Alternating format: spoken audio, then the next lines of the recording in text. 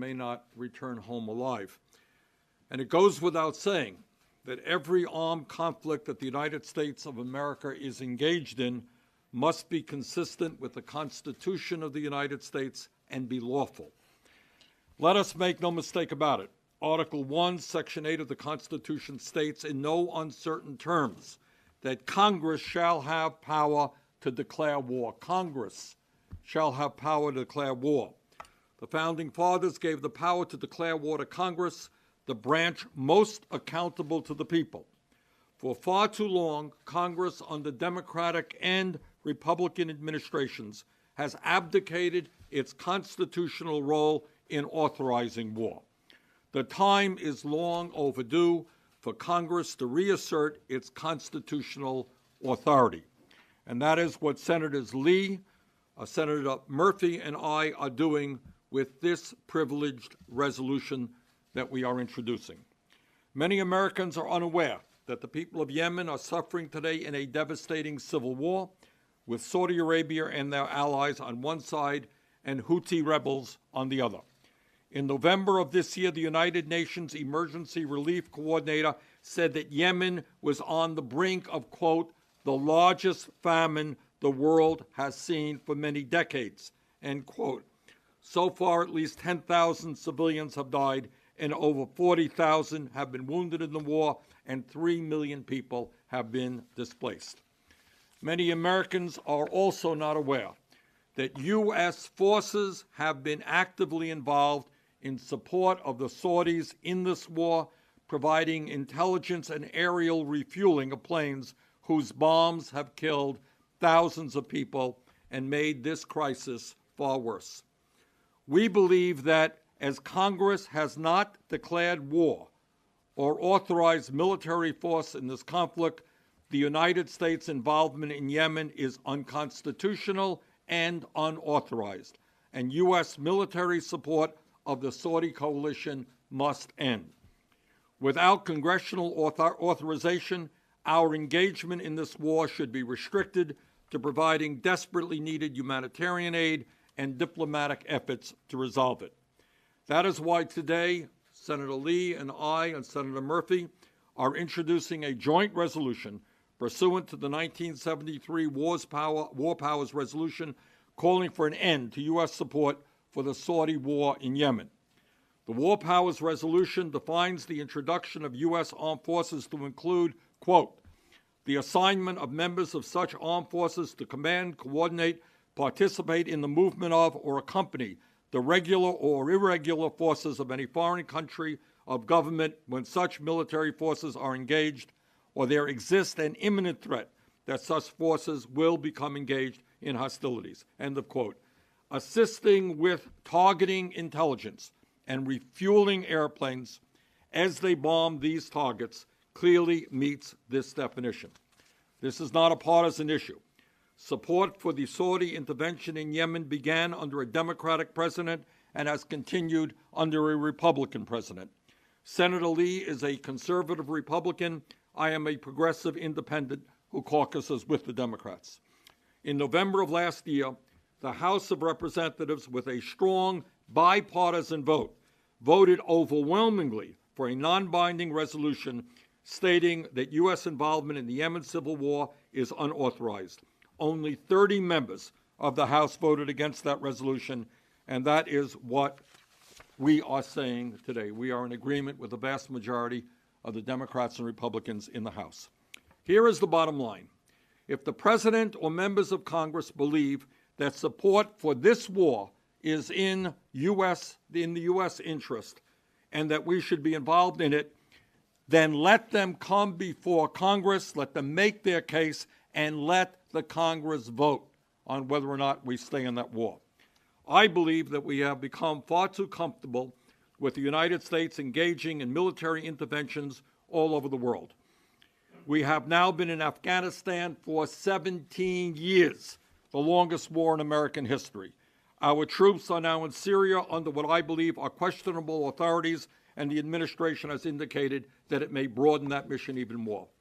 The time is long overdue for Congress to reassert its constitutional role in determining when and where our country goes to war and I'm very proud to be working with Senator Lee and Senator Murphy on this vitally important issue. Senator Lee.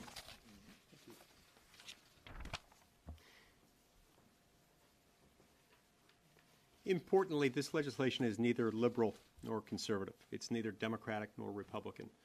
This is an American principle, a constitutional principle, but it's constitutional in a uniquely American way. As James Madison explained in Federalist 69, one of the things that would come to differentiate the American form of government, the American republic, from the monarchy, from our old system of government prior to the Revolution, was that our chief executive would not be exclusively empowered to initiate war. Instead, there would be a shared power, a power belonging to the people's elected representatives in Congress, the branch of government most accountable to the people, elected at regular intervals. And that power would be shared with the president's power as commander-in-chief.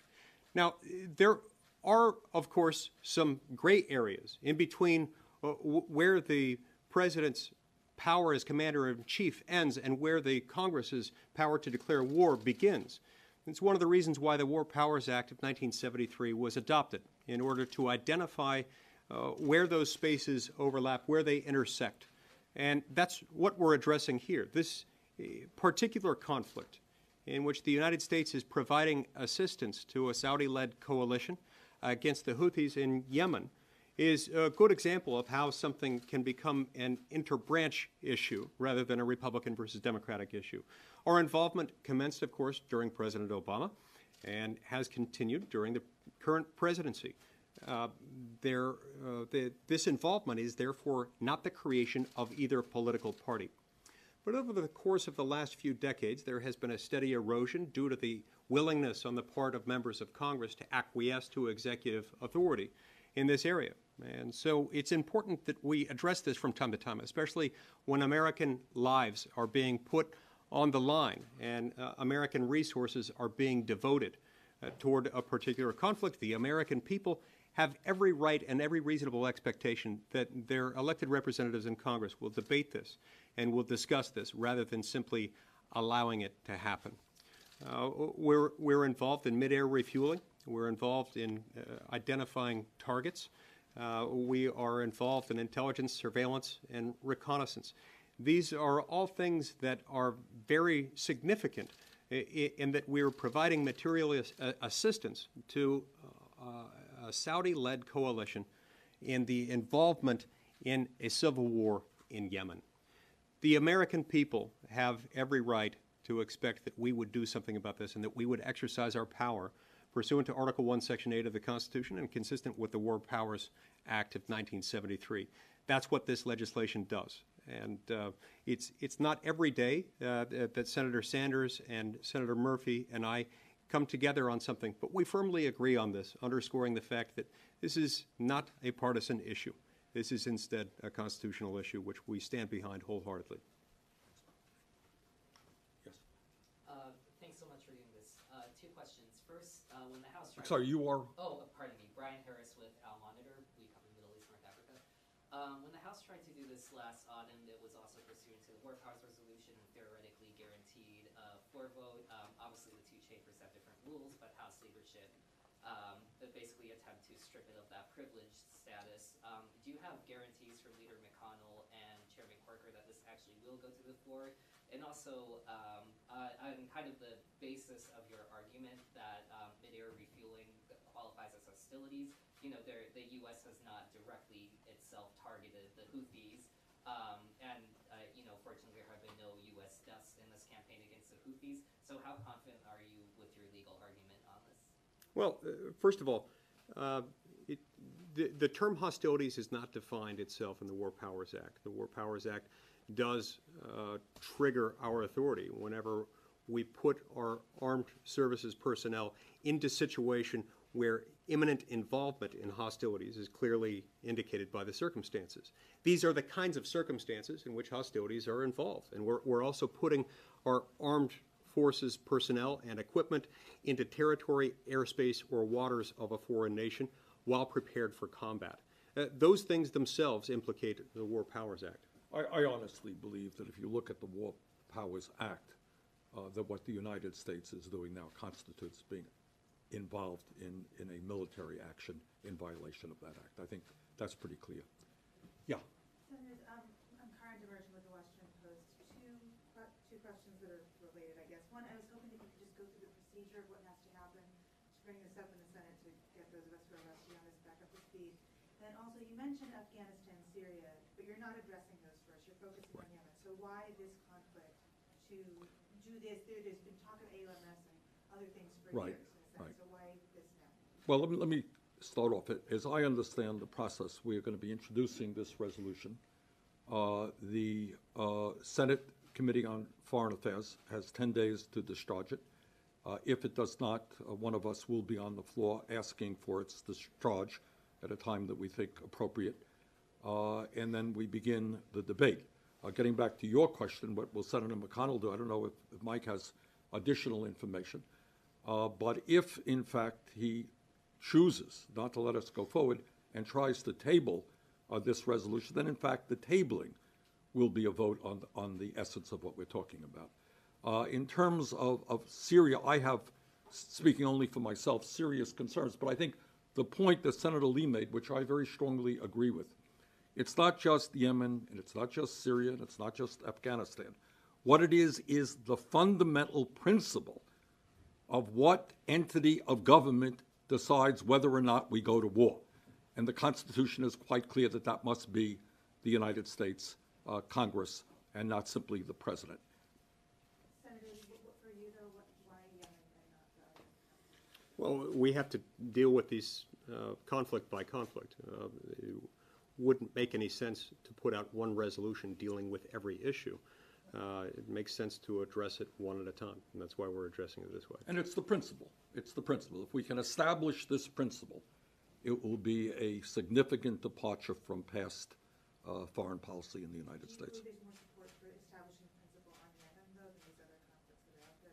Do you feel more boosted? Well, I look at it not so much as to the particular country, but the principle involved. And Yemen is as good a place to start as any. Yep, ma'am. Ellen Mitchell from The Hill. This goes back to the first question. Do you have any commitments from Senate leadership to bring this up on the floor? Mike. No, and that's why we're going to utilize our procedural rights, and we'll see where that takes us. Have you discussed this at all?